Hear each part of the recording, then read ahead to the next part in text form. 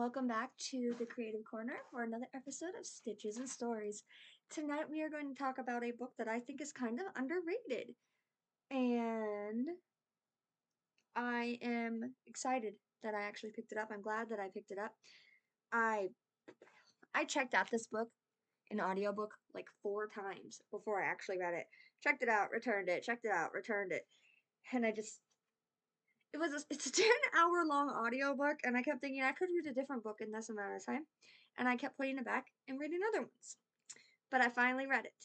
And I'm not going to lie, I partially read it because I have been trying to complete multiple challenges on Goodreads, and this was on one of the lists. I believe it was Era Explorer. I could be wrong, but I think it was the historical one that it was on. And so I was like, I've been wanting to read it anyway, might as well pick it up. So tonight's book is The Christie Affair by Nina de Gramont. It is 320 pages long, and it is fiction. So going into The Christie Affair, the first thing you need to know is that Agatha Christie is a real person. Agatha Christie is an authoress who wrote mystery books, all right? And during her life, she went missing for 11 days. There's an 11-day period of her lifetime that no one knows where she was. People were looking for her and could not find her. Okay? When she came back from this 11-day period, the only thing that she would tell people is that she didn't remember what happened. There's been a lot of speculation about what could have happened during these 11 days, not years. I think I said years earlier. It's 11 days. She went missing for 11 days, okay, guys? There's been speculation about what happened during these 11 days, but no one knows the answer because Christie never told anyone what happened. This author, Nina de Gramont, decided to write a book, a historical fictional piece about what possibly could have happened during those 11 days. It is important to note that while Agatha Christie is in this book, she is actually not the main character of this book. The main character of this book is Nan. Nan is a half Irish, half English woman who is the mistress to Agatha Christie's husband. Okay? And she's got lots of plots going on. This book challenges the reader to decide who is the villain and who is the hero. Okay? There is a subplot in here. There is a murder going on as well.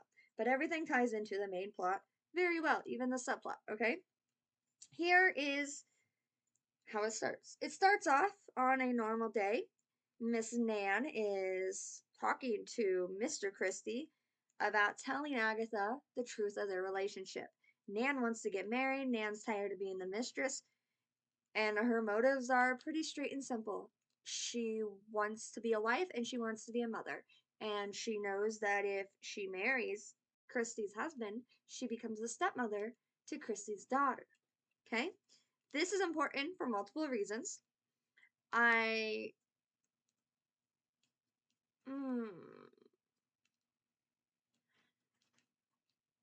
She thinks that Christie's daughter is her daughter. We'll put it that way. I won't tell you exactly why she thinks that, and I won't tell you if it's true or not. But she thinks that Christie's daughter, Teddy, is her daughter, the baby that she lost when she was younger. Okay?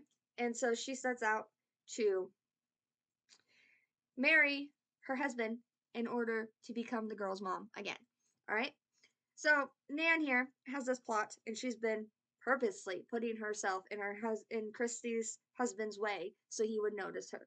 She has gone out of her way to put herself in their household. So he finally agrees that he's going to tell Agatha that they're over, they're getting a divorce, and he's going to marry Nan. Agatha just lost her mom. She's in a weak mental state. And then Nan starts thinking, well, maybe now's not the best time to tell her. She's been grieving. She hasn't been herself. Maybe we should wait a little bit. Because her and Agatha are kind of friends, all right? They've become friends over the years that they've known each other. And so she tells him, well, let's wait. And he goes, no, you're right. We got to do this now. We have to do this now. I'm going to do this now. And so he comes clean to Agatha. And he tells her that he's fallen out of love with her and that he wants to marry Nan. In response to this, Agatha leaves. She leaves town for 11 days, doesn't tell anyone where she's going. She happens to go to the same place that Nan has also planned a vacation to. Nan plans a vacation to a very remote, kind of dishonored spa and retreat.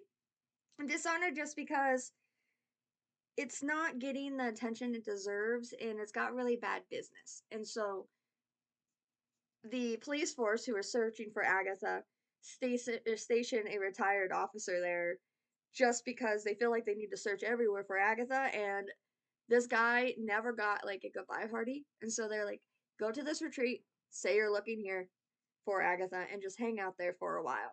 And so they put a police officer in this spot.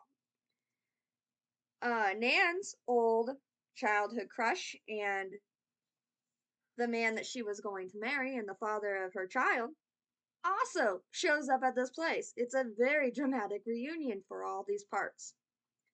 So the inspector, who is retired, sees Nan and is there and doesn't really pay much attention to Nan because Nan doesn't have much going on. But he stumbles across Agatha, and Agatha is with Nan's ex-lover, and he ends up getting involved with Agatha, and there's a question of morals. Like, she tells him why she ran away. She tells him that she doesn't really want to return back. She just kind of needs some time to herself. And so then he has to decide if he's going to tell them that he found her or let her finish her vacation. Meanwhile, an elderly couple is murdered. I cannot tell you why this elderly couple is murdered. I cannot tell you who murders this elderly couple. All I can tell you is that they proved very early on that this had to be murder. People want to say that it's not because they just want to get it done with. The police are like, I don't want this out there. This spa and retreat already has bad enough stuff on their name. The last thing they need is a murder on the premises that's going to chase away even more guests. So let's just say that the old man died of a heart attack and say the old lady died after him because of a heartbreak, all right? But our inspector gets basically the toxicology report. That's not what they call it, but he gets the toxicology report and finds out that they were both poisoned. One with cyanide and one with something else. I can't remember what it was. I think it's strychnine. Honestly, strychnine is like a huge one during this time period for murders. The reason for that is it was available in rat poisoning, where both of them were, and so a housewife could go buy rat poisoning or anyone, and people would think, oh, they're just killing rats. Lo and behold, it's dropped in coffee, someone dies. It's very popular. It's a very popular death for these, and it's a very popular death in Agatha Christie's actual books. She does poison a lot in her books. And you know that saying, poison is a woman's weapon? Comes from her. Because it's a thing. It's a theme for her. Alright? So, this story is told through Nina's point of view, but not in first person. It's third person via Nina. Via Nan. Nina is the author. Via Nan, okay? So we're focusing on Nan. We don't ever see anyone else's points of view. We just see Nan. And Nan is the narrator. Nan does talk. Nan is... Spook. Spook. Spook. Spook. Can you not? Alright. Nan is the narrator in this book. And honestly, I do think it is first person. It's been a couple weeks since I read it because I wanted to think about it. But I'm pretty sure this is written in first person, guys. But Nan is the narrator, so we only know what Nan knows. But Nan breaks the fourth wall. She is aware that you are a reader. She is talking to you the whole time. She is aware that she is telling you her story. So, she tells you throughout the book, this is what happened in the past, and you have chapters long of her past, what leads up to ultimately the ending of this book. But then you also have paragraphs here and there where she says, in the future, when I would do this, this would happen.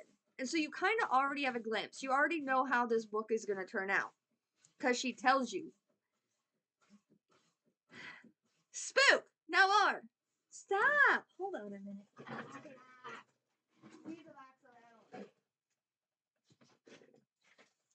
No! Use the kitty litter. Not that. He has a litter box, but he wants to pull everything from outside the litter box in the litter box instead of using sand in the litter box. He's a weird cat. Anyway, back to Christie. So there is a lot of drama in this book. This book is historical fiction drama. All right, themes of mystery, secrets, and trauma, with a big theme of being the love of a mother. I think that the book was written to show how trauma can break people. Honestly, it's kind of the story of how a good girl not really turns bad, but how a sweet, innocent girl goes and becomes a conniving, plotting woman, basically. Like I said, it challenges you to figure out who the real villain is and who the hero is, because one of the questions it asks us as a reader to think about is murder justifiable in specific circumstances?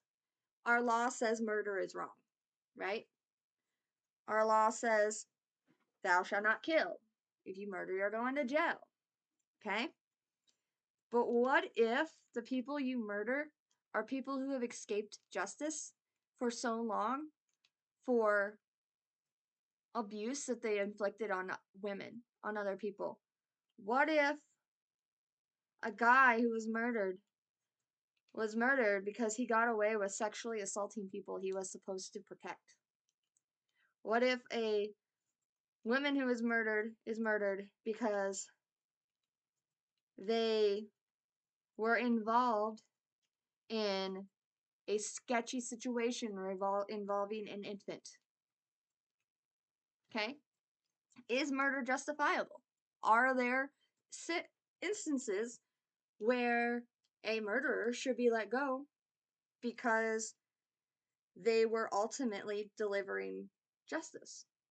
And ask you to consider that. Now, let's relate that to today's world. Our main character in this book is a woman, and there are a lot of topics in here regarding women, the treatment of women during this day and age, and honestly, they can apply to today's day and age. So, if we look at it, and we'll take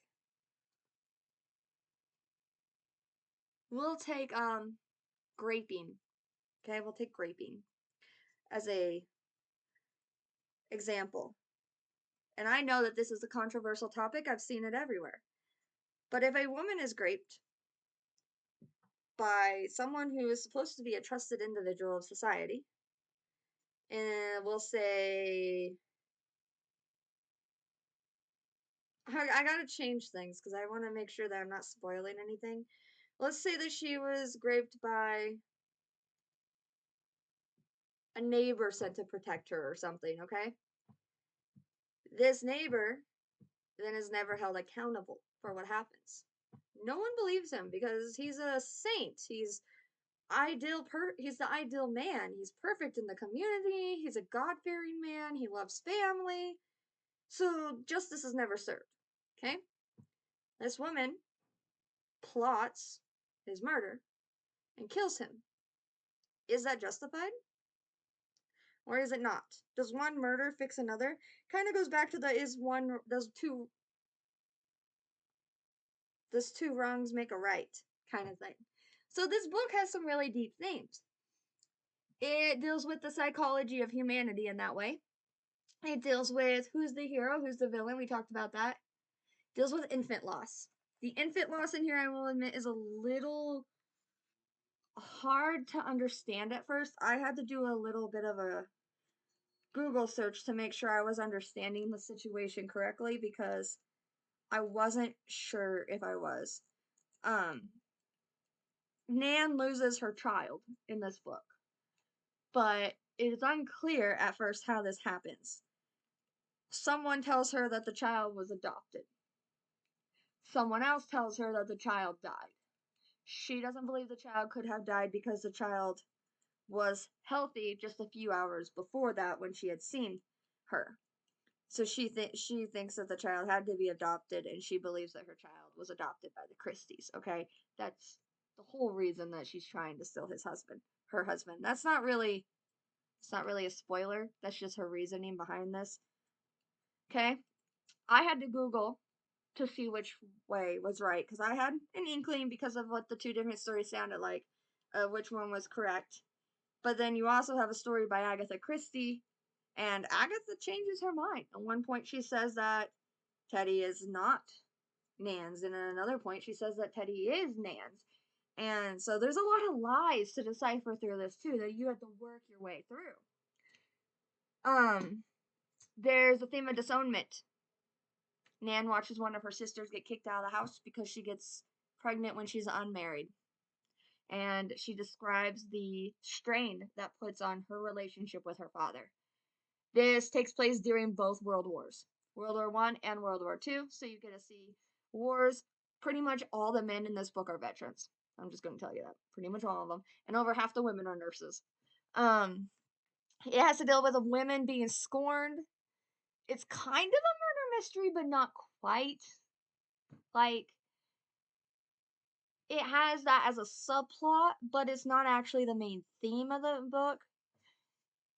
It was kind of hard to keep track of the plot just because it goes back between past, present, and future so many times. But you get the hang of it. I will tell you, I got really tired of hearing. I would have said reading, but I listened to this in audiobooks. So I got really tired of the chapter title being Here Lies Sister Mary. Here Lies Sister Mary. I do get why she did that, alright? All the sisters in the nun convent, convent.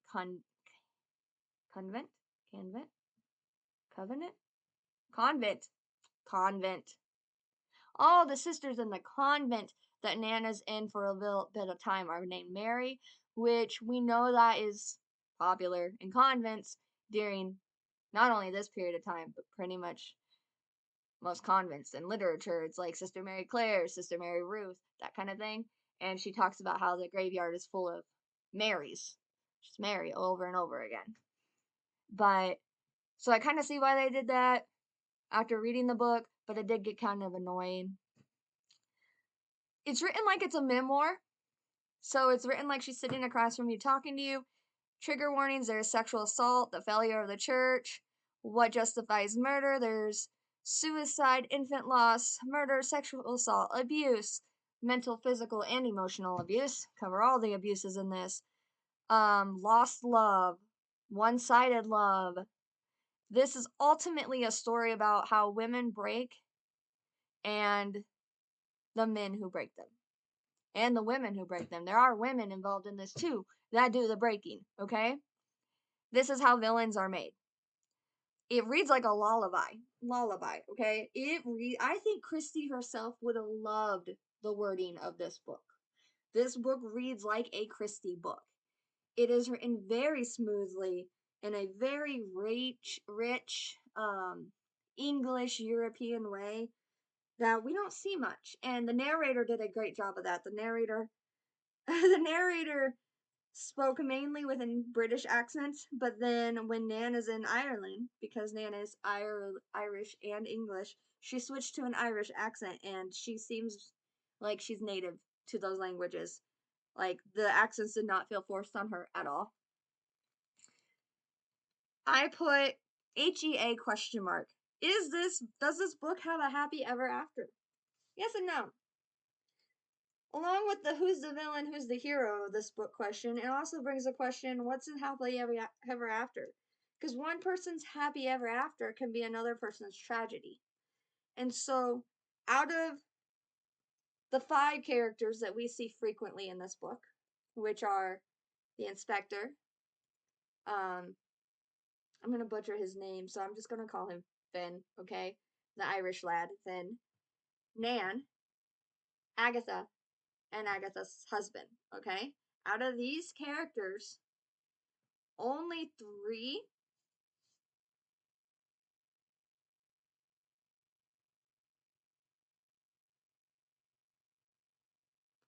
The inspector, Agatha, Ben, Nan, and her husband. Yeah.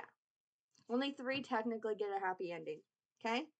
And you could say 4 due to a degree, but one of the 4th persons is up for debate because Nan finishes the book saying, "This is my story, and I can change the ending however I want. So I could leave the story here, or I could give you a happy ending. So maybe this is the ending you want." And then she rewrites, basically, 2 characters' endings, giving them a happy ending. But you still have one person that technically doesn't get what they set out for. Alright? They do, in a way, get a happy ending, but when you find true love, settling for anything less isn't really a happy ending, right? It's settling. And so that person, even though they found the person that they loved, ended up with someone different because the person they love rejects them. And so I don't consider their ending a happy ending. 2 other people, their happy ending was written by Nan. So did they get a happy ending or not? We don't know. 2 other people, one has a happy ending, the other one got what they wanted, so technically they got a happy ending, but they were played. If they ever figured out that they were played, then would it be a happy ending? So it also brings in the question, what is a happy ending? Alright? So this book has a lot to it. On Goodreads, it was rated. Ooh. It was rated lower than I thought it would be when I looked it up. So I'm going to look it up again, because I was honestly a little shocked by it. I get it to a degree because this is a long book and there's not much in the way of climax to it. It's a person telling you their story, is what it is. It's like sitting across from your great grandmother over a cup of tea, is what it's like. And they're telling you all this wild stuff that happened to them when you're younger, and you're like, what? And so it reads more like that than a murder mystery. So if you go into this wanting a murder mystery like Agatha Christie writes, you're not going to get that. But it was still good. Yeah, it's rated a 3.71 on Goodreads, and I was shocked about that. I thought it'd at least be a solid 4. But, I mean, it's definitely a niche kind of genre. Like, you're either gonna like it or you're not gonna like it. And it has 17,000 5 stars, 37,000 4 stars, 28,000 3 stars, 5,000 2 stars, and 1,000 1 stars. The ones that said 3 said, like, it's a 5-star premises with a 3-star plot. I get that. Okay? Because it's an 11-day period of time that everyone wonders about. You could have done anything in that 11-day period of time, and she had them go to a spa retreat and work out their own individual drama, all right? But at the same time, these are all grown adults. I mean, I want to take an 11-day period of time away from people where no one knows where I am, no one has my whereabouts. They can't find me on Life 360 or anything, and I can just sort my stuff out. Like, who hasn't wanted to do that, okay? And if you have the ability to do that, you're gonna do it, especially in the drama that they're going through. Agatha Christie just learned that her husband was gonna divorce her for her friend, whom she knows is not in love with him. She has a dinner date with her and says, "You're not in love with him, so why don't you just leave him to someone who does love him?" And she's like, "'Cause it's not about him, it's about the kid," which is a little creepy. And honestly, I think Agatha is a saint in this book, and knowing what I know about Agatha Christie would be someone I'd actually want to read and meet in real life. I've read so many of her books, and if I get to heaven one day and she's there, I'm gonna ask her what she did in those 11 days time, and she's probably gonna turn to me and say the same thing that she told everyone else. I don't remember, because this period of time is her secret sanctuary of some sort. All right, but so it's at that because the plot in and of itself could have been more intense, could have been more adventurous. especially given the fact that you had 11 days to work with. But I thought it was really good. This other person says, um, they rate it 3 stars, but it's really 3.4. They said it's creative, however,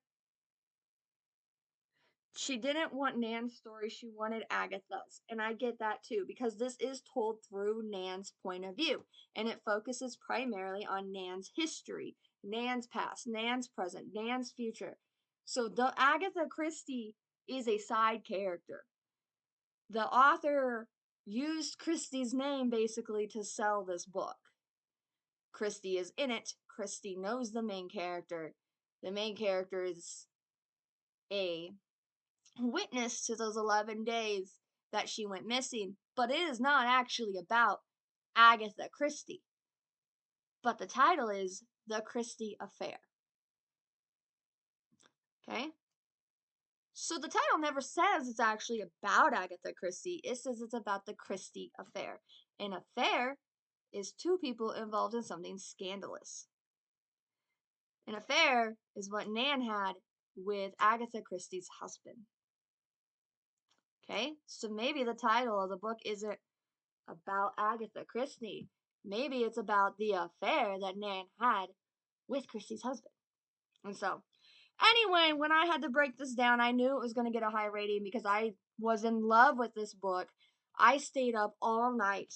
Like, I did not sleep for 24 hours straight, guys, because I could not sleep till I knew the ending of this book. I let this book play all night long.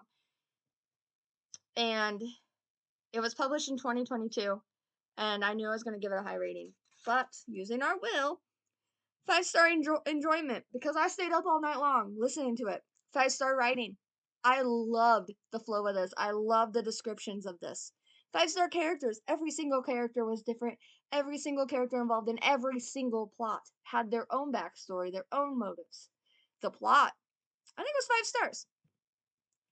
I know that others were looking for it to be about Agatha Christie, but when you look at and look into the name in depthly, and you look into the main character, the lessons that this book is trying to teach, the wrongs of society that's trying to bring to mind, I think the author did a really good job of displaying here. So I'm going to say 5 for plot, 5 for readability. I know I listened to it, but it flowed really well when she was reading it, which tells me that there could not have been much wrong, because if there was a lot wrong in the book, our narrator would have stumbled over the words. So 5 for readability. Setting, I did give 4. I gave 4 to setting because the only setting that's really explained is this random little cottage in the middle of nowhere. They don't really explain what the spa retreat looks like. They don't really explain what Christie's house looks like, what her gardens look like. You do see it in your mind. You do know what it is. It's the English countryside, all right? Say English countryside, it automatically brings a picture to your mind. And there is a lot of description on that one little cottage, though, which is the main place that the story takes place at. So I gave it 4 because I think there could have been more elsewhere, but then in that one place, she did a really, really good job. And so I think maybe this was an author's choice of picking what to do. Like, almost, I think what happened, and I could be wrong because I'm not the author, right? It's all speculative when you're a reader. There's no right answers and there's no wrong answers when it comes to interpreting literature. That's what my English professors used to say, and that's what I full-heartedly believe. So when you look at this, the author doesn't explain as much the house, that doesn't explain as much the past. Like, they explain it a lot, but they don't go into description, like huge descriptive details. But this one cottage, they do. And the cottage is the main place during those 11 days.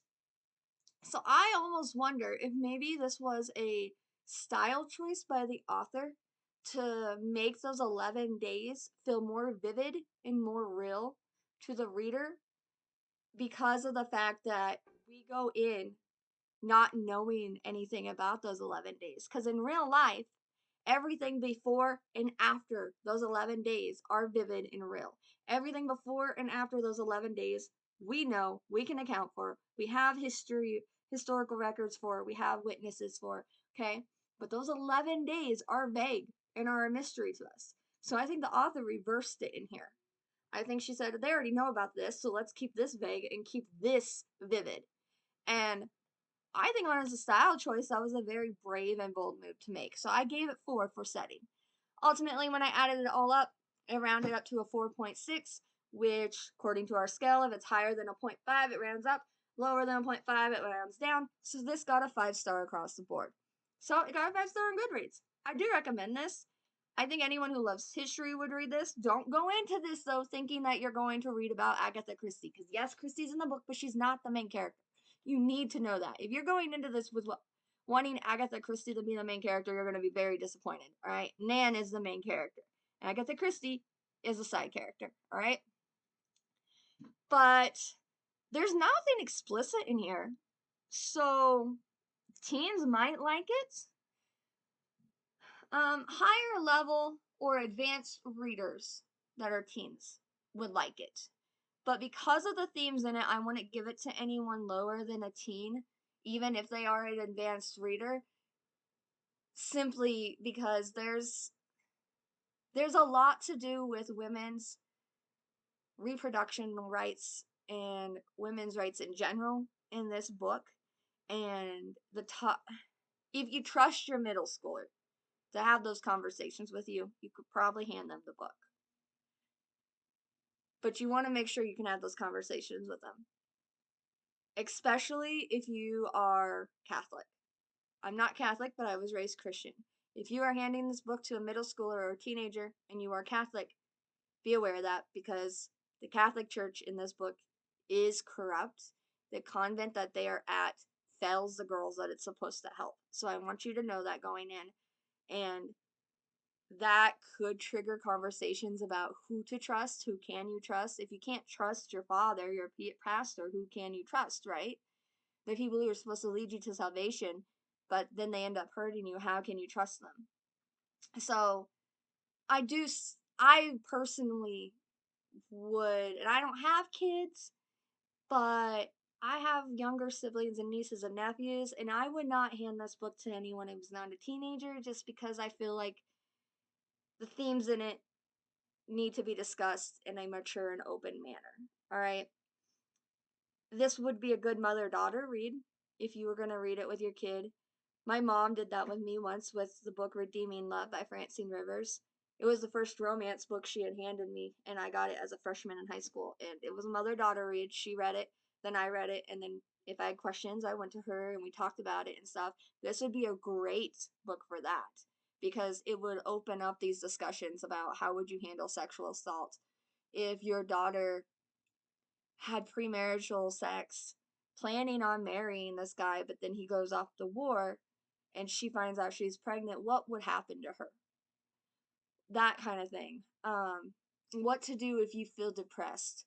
What to do if you feel abandoned? Who to go to for help? Who can you trust? That kind of thing. These are all topics that this book touches on and talks a lot about psychology of humanity and morality. Is definitely geared more towards women, though. Men can read it, obviously. You can read whatever the heck you want. I don't care. No one cares. Read what you want. People do care. Just ignore the haters, alright? But I think women are more likely to enjoy this book and to get more out of this book. Man, I don't think you have to be a Christie fan to understand it. There are references to some of her books, but she, like I said, she's just a side character. So I gave this 5 stars. I am ultimately glad I read it. I really am. And this is one that, even though I have read, I could see myself buying a hard copy of just to have on my shelf, because it is that good of a book. I wouldn't mind rereading it again in the future. So that is The Christie Affair. Go pick it up if you want. And in case you are wondering what our next book will be, it's an I Survived book. That one's a really easy read, so if you want to read it before we discuss it, you totally can. It is I Survived the California Wildfires of 2018, and we will hopefully do that this weekend. It's 144 pages. The audiobook says it's 2 hours long. I think I finished it in an hour. The book wasn't reading fast enough for my liking. So, anyway, go pick up The Christie Affair if you like that, and let me know below I let's have a serious topic today.